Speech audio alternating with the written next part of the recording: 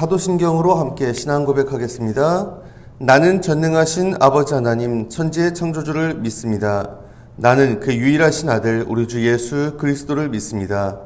그는 성령으로 잉태되어 동정녀 마리에게서 나시고 본디오 빌라도에게 고난을 받아 십자가에 못 박혀 죽으시고 장사된 지 사흘 만에 죽은 자 가운데서 다시 살아나셨으며 하늘을 오르시어 전능하신 아버지 하나님 우편에 앉아 계시다가 거기로부터 살아있는 자와 죽은 자를 심판하러 오십니다.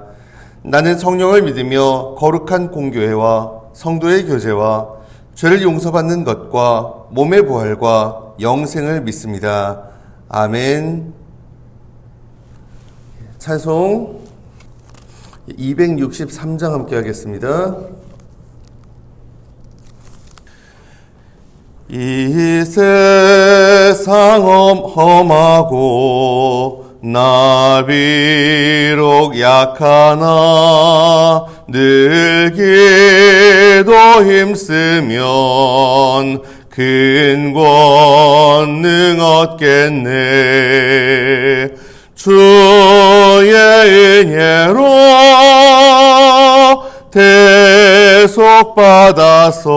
대속받아서 피와 같이 붉은 죄 넌 같이 이겠네. 주님의 권능은 한없이 크오니 돌 같은 내 마음 곧 녹여주소서. 주의 은혜로 대속받아서 피와 같이 붉은 죄 넌 같이 이겠네. 내 마음이 약하여 늘 넘어지오니 주 예수 힘주사 굳세게 하소서. 주의 은혜로 대속받아서 피와 같이 붉은 죄 넌 같이 이겠네.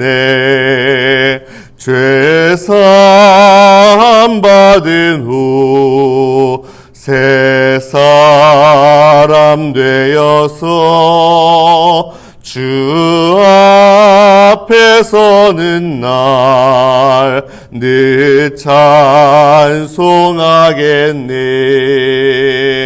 주의 은혜로 대속받아서 피와 같이 붉은 죄 넌 같이 이겠네. 아멘.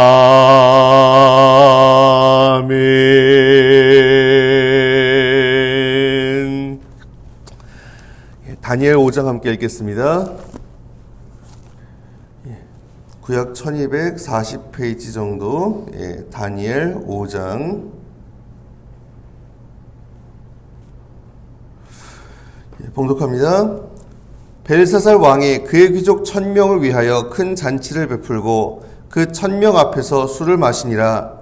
벨사살이 술을 마실 때에 명하여 그의 부친 느부갓네살이 예루살렘 성전에서 탈취하여 온 금, 은 그릇을 가져오라고 명하였으니 이는 왕과 귀족들과 왕후들과 후궁들이 다 그것으로 마시려 함이었더라.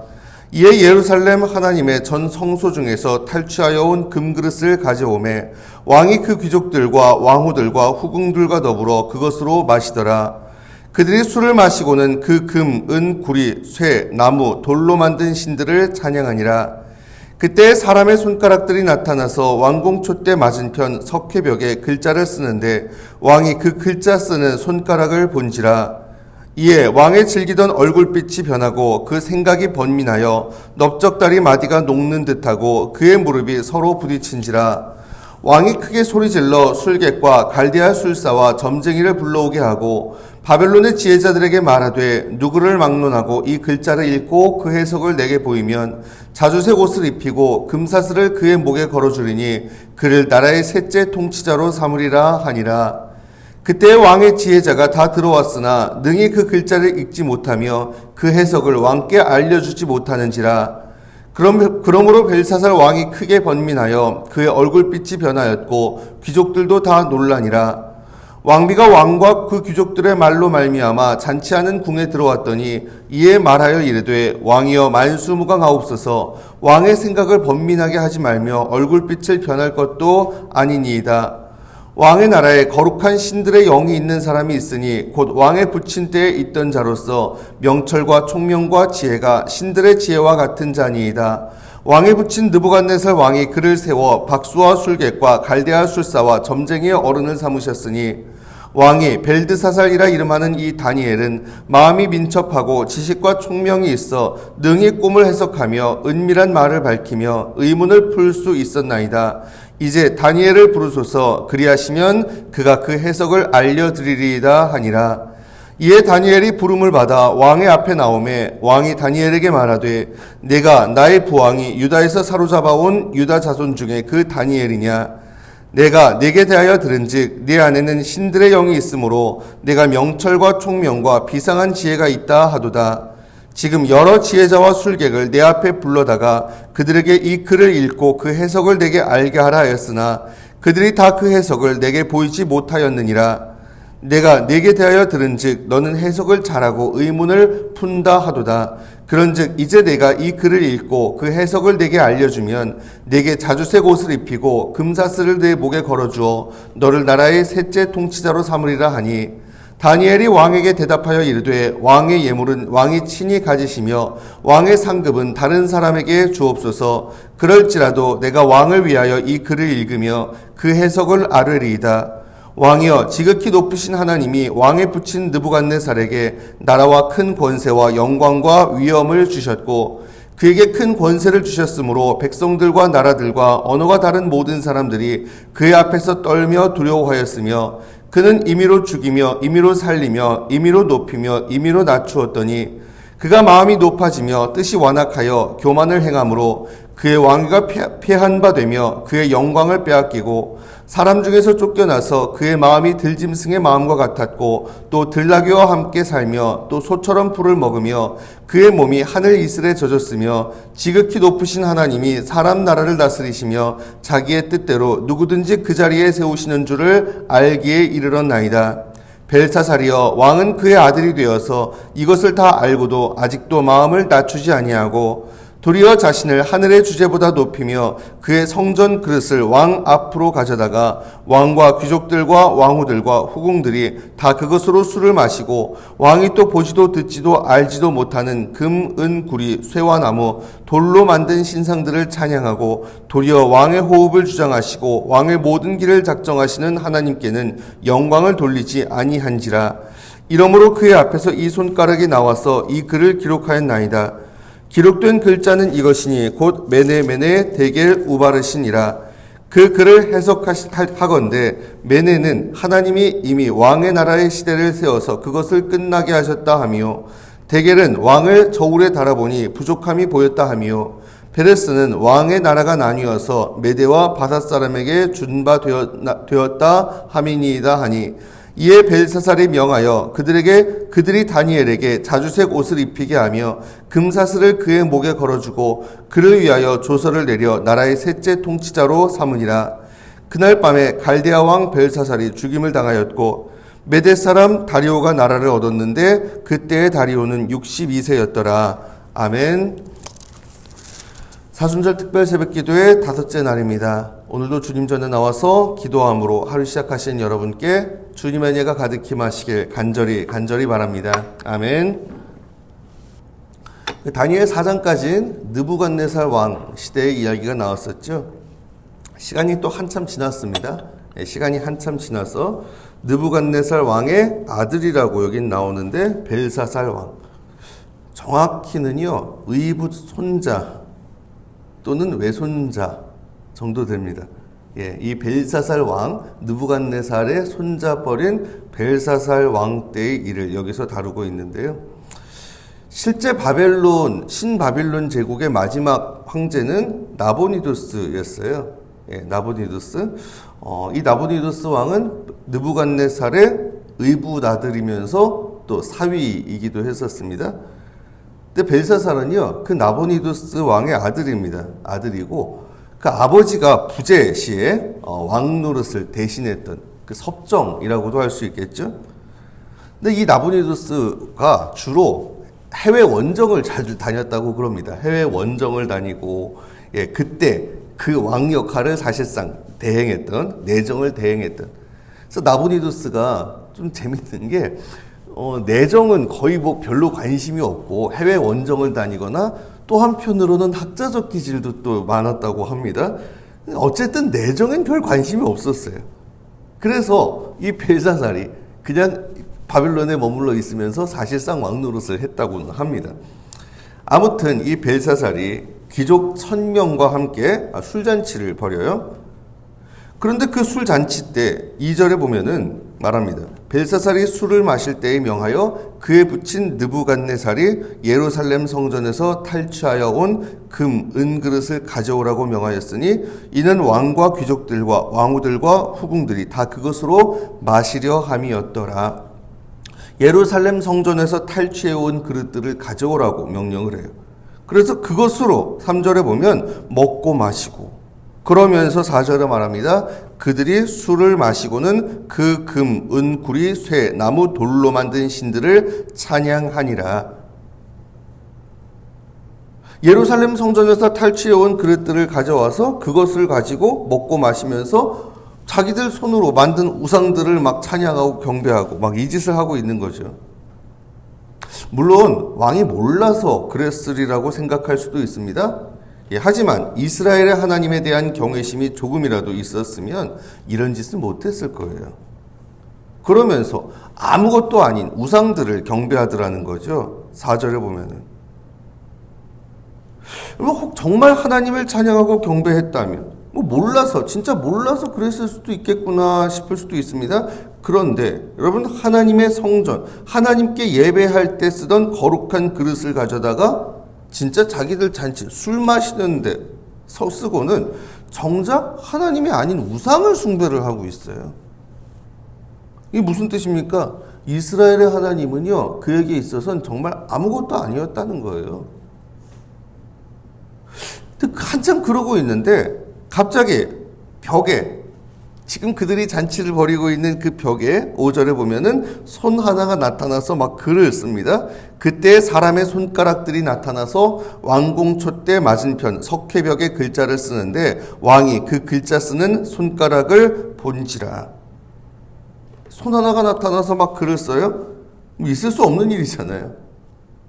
당연히 막 그걸 보고 있는데 공포에 질립니다. 6절에 왕의 즐기던 얼굴빛이 변하고 생각이 봅니다. 그래서 이게 도대체 무슨 뜻이냐, 그 글자를 해석하라고 막 명령을 해요. 근데 풀 수 있는 사람이 아무도 안 나오는 거예요. 심지어 7절에 보면은 가장 명예로운 자주색 옷에 그리고 금사슬을 그 목에 걸어주겠다. 또 나라의 셋째 통치자로 삼겠다. 국가서열 3위까지 막 올려주겠다라고 하는데도 나서는 사람이 없는 거예요. 왜? 당연하죠. 못하니까. 뻔합니다. 세상의 지혜는 아무것도 아닌 거예요. 못합니다. 그러자 그때 누가? 왕비가, 10절에 왕비, 정확히는 이 벨사살의 왕비는 아니고 그 아버지, 실제 왕 나부디두스 왕의 왕비입니다. 벨사살 입장에서는 태후라고도 할 수 있겠죠. 아무튼 이 태후가 들어와 가지고 왕에게 다니엘을 추천을 하는 거예요.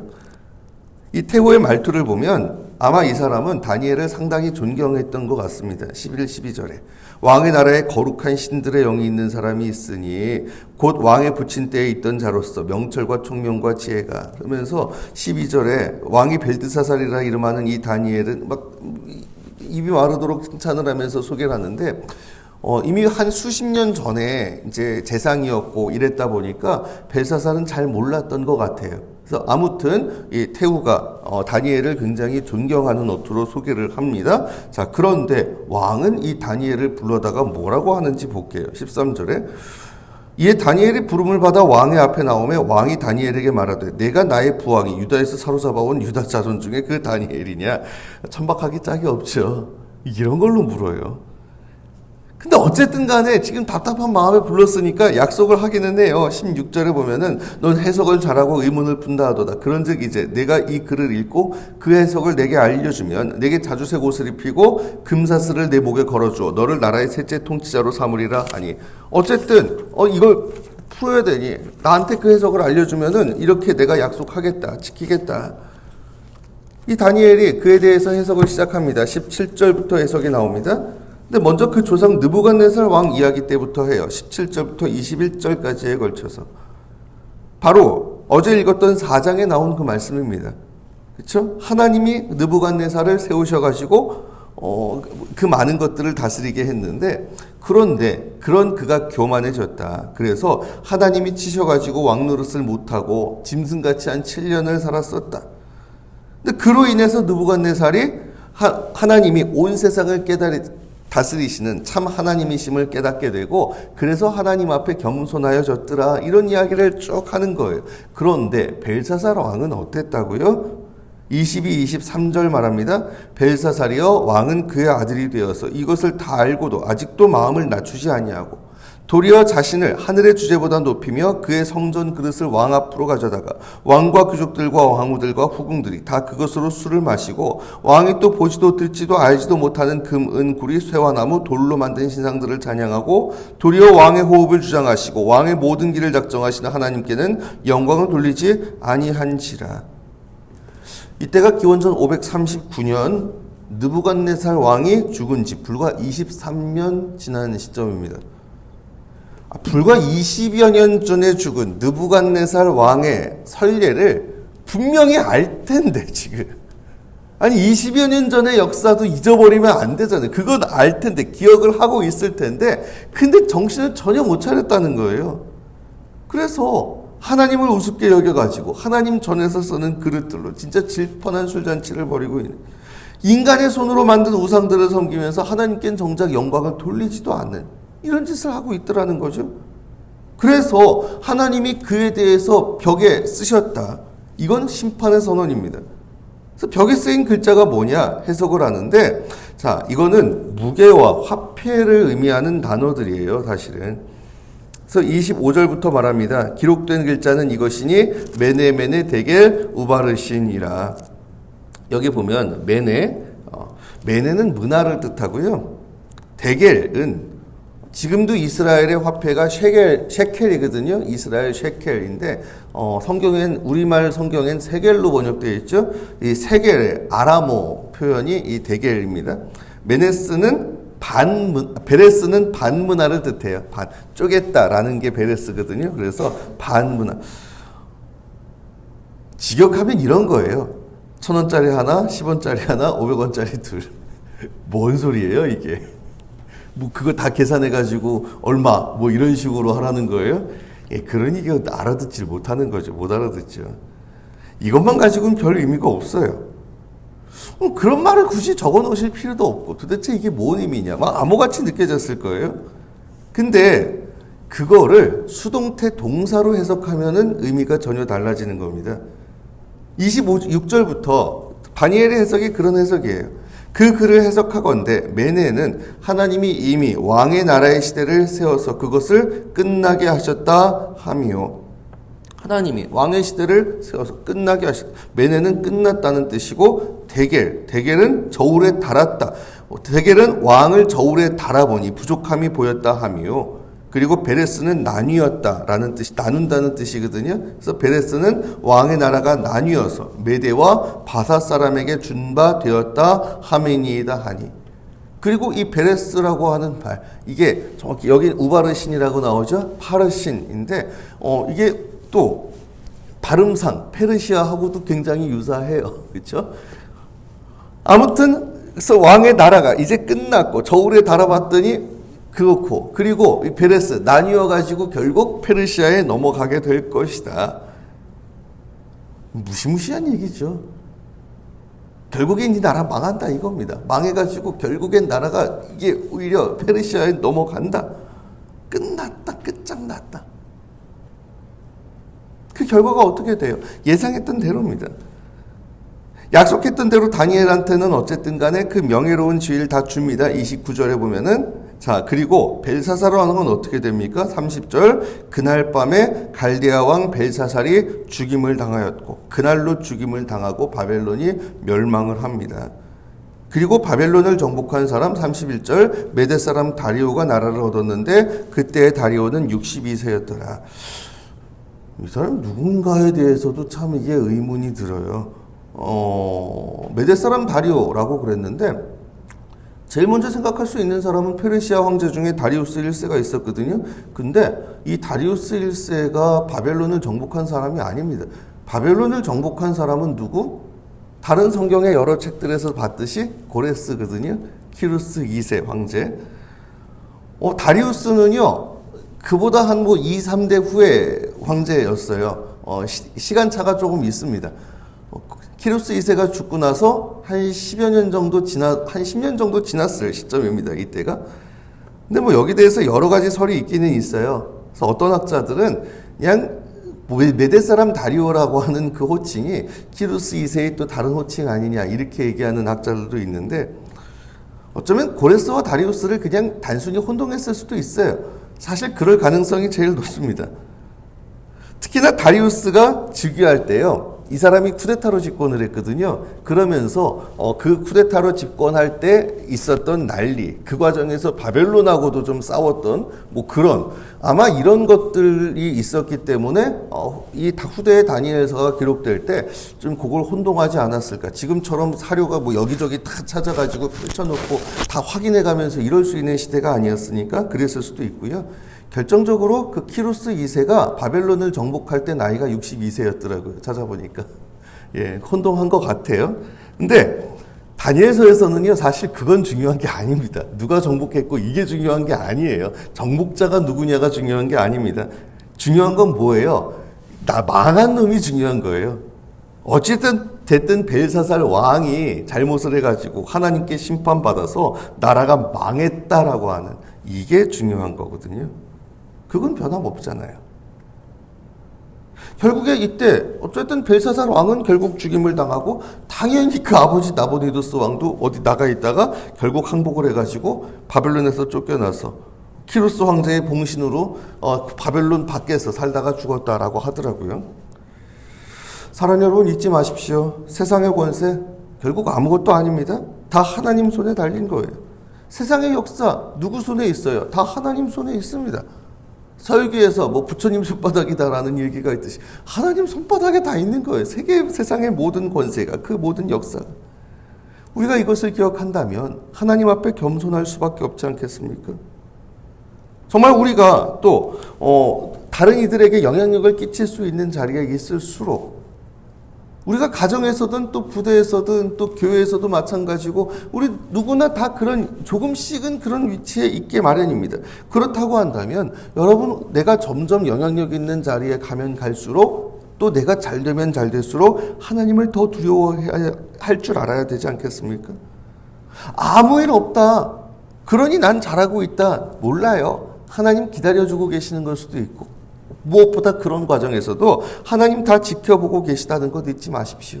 그렇다면 정말 이 벨사살 왕처럼 아무 일 없다고 해서 그냥 하나님 무시하고 하나님 두려운 줄도 모르고 그냥 자기가 만든 우상들을 섬길 것인가? 그게 아니라 정말 어찌됐든 간에 그 모든 것이 하나님의 은혜인 줄 믿기에, 그러기에 하나님께 감사하고 하나님께 영광을 돌릴 것인가? 답은 자명하지 않겠습니까? 사랑하는 여러분, 잊지 마십시오. 우리 모두는 결국은 이 벨사살 왕도 심판을 받았듯이 결국 언젠가는 하나님의 심판대 앞에 서게 마련입니다. 그때에 참으로 우리가 이런 메네메네 대결구바시 이런 무시무시한 이야기를 듣는 것이 아니라, 수고했다, 착하고 충성된 종아, 이렇게 칭찬을 듣고 주님의 영광에 동참하는 그러한 복된 인생을 살아가는 저와 여러분 다 되실 수 있길 이 시간 주님의 이름으로 축원합니다. 아멘. 기도드리겠습니다. 주님, 이 시간 저희들 주님 앞에 나와 예배하고 기도드립니다. 주님, 저희 기도 들으시고 응답하여 주시옵소서. 주님, 세상의 권세 결국 사실 아무것도 아닙니다. 어떤 우상도 결국엔 하나님 앞에 아무것도 아닙니다. 모든 것이 다 하나님 손에 달렸고 모든 역사 하나님이 주관하시는 줄 믿고, 그러기에 저희들 다른 우상들 다 내려놓고 하나님 한 분만을 온전히 의지하는 저희가 되게 하여 주시옵소서. 하나님 아닌 다른 우상 저희에게 있었다면 이 시간 회개하오니 주님 용서하여 주시고, 참으로 나 자신이 너무도 잘 되어서 그리고 별일이 없어서 그래서 나도 모르는 사이에 하나님보다 내가 앞서 있었다면 이 시간 그런 우리의 교만도 내려놓고 회개하길 원하오니 주님 불쌍히 여기시고 용서하여 주시옵소서. 정말 언제 어디서나 특히 내가 잘 될 때 아무 일 없을 때일수록 그러기에 더더욱 그 모든 것이 하나님께로부터 온 것인 줄 알고 하나님께 영광을 돌리게 하시며 또한 그 하나님을 두려워할 줄 알게 하시고, 그런 가운데 그런 우리의 삶이 장차 주님 앞에 가서 심판을 받을 때에 잘하였도다 착하고 충성된 종아 수고했다, 이렇게 주님께서 우리를 위로하시고 격려해 주시고 인정해 주시고 주님의 영광에 동참케 하시는 그런 은혜를 누릴 수 있도록 주님 우리의 삶의 순간순간마다 늘 함께 하시고 인도하여 주시옵소서. 감사드리오며 이 모든 말씀 우리 주님 예수 그리스도의 이름으로 간절히 기도드리옵나이다. 아멘. 주님 가르쳐 주신 기도 함께 드리겠습니다. 하늘에 계신 우리 아버지, 아버지의 이름을 거룩하게 하시며 아버지의 나라가 오게 하시며 아버지의 뜻이 하늘에서와 같이 땅에서도 이루어지게 하소서. 오늘 우리에게 일용할 양식을 주시고 우리가 우리에게 잘못한 사람을 용서하여 준 것 같이 우리 죄를 용서하여 주시고 우리를 시험에 빠지지 않게 하시고 악에서 구하소서. 나라와 권능과 영광이 영원히 아버지의 것입니다. 아멘. 오늘 말씀 기억하면서 함께 기도하길 원합니다. 세상의 모든 권세 사실 아무것도 아님을, 하나님 손에 달린 것임을, 또 세상의 역사도 하나님이 주관하시는 줄 믿고, 그러기에 그 모든 영광 하나님께 올려드리길 원합니다. 내가 교만에 있었다면 이 시간 그런 우리 자신을 또 회개하고 내려놓고, 또 나도 모르게 하나님 아닌 다른 우상들을 우리가 섬기고 있었던 것, 우리가 또한 그것도 내려놓고 회개하면서 이 시간 온전히 주님 한 분만 우리가 바라보고 주님만 두려워하고 주님만 높여드리길 원합니다. 이런 결단을 가지고 나아갔으면 합니다. 계속해서 여러 가지 기도 제목들 있는데 그저께 어제도 잠깐씩 나눴지만은 특별히 산불, 그래도 어제 비가 오고 이래서 조금은 좀 낮은 건 같은데 완전히 잡혔다는 뉴스는 아직은 안 나오는 것 같습니다. 정말 어떻게 이 정도의 산불, 이게 저도 강원도 그리고 바닷가 경험해보고 산불도 경험해봤지만은 이 정도까지는 진짜 본 적이 없어서 참으로 어쨌든 하루속히 잡혀야죠. 잡히고 지금 더 이상 피해가 나지 않도록 이미 피해 입은 분들 또 위로해 주시고 하루속히 회복시켜 주시고, 우리가 정말 이 산불 빨리 잡히고 그리고 그 후속 조치도 잘 되어서 하나님의 또 위로와 치유와 회복의 역사도 이루어질 수 있게 위해서 우리가 그것을 위해서 좀 오늘 더 집중적으로 이제 마무리 단계에 있긴 할 것 같긴 합니다만 끝까지 잘 잡힐 수 있도록 위해서 함께 기도했으면 좋겠습니다. 지금 특별 새벽 기도의 기간입니다. 그래서 원래는 토요일에 이 자리에서 기도회는 없었는데 내일은 그대로 하겠습니다. 그래서 내일 여기에 현장에서 함께 하시든 온라인으로 함께 하시든 간에 함께 하실 수 있는 자리에서 이 기도 동참해 주시면 좋겠고요.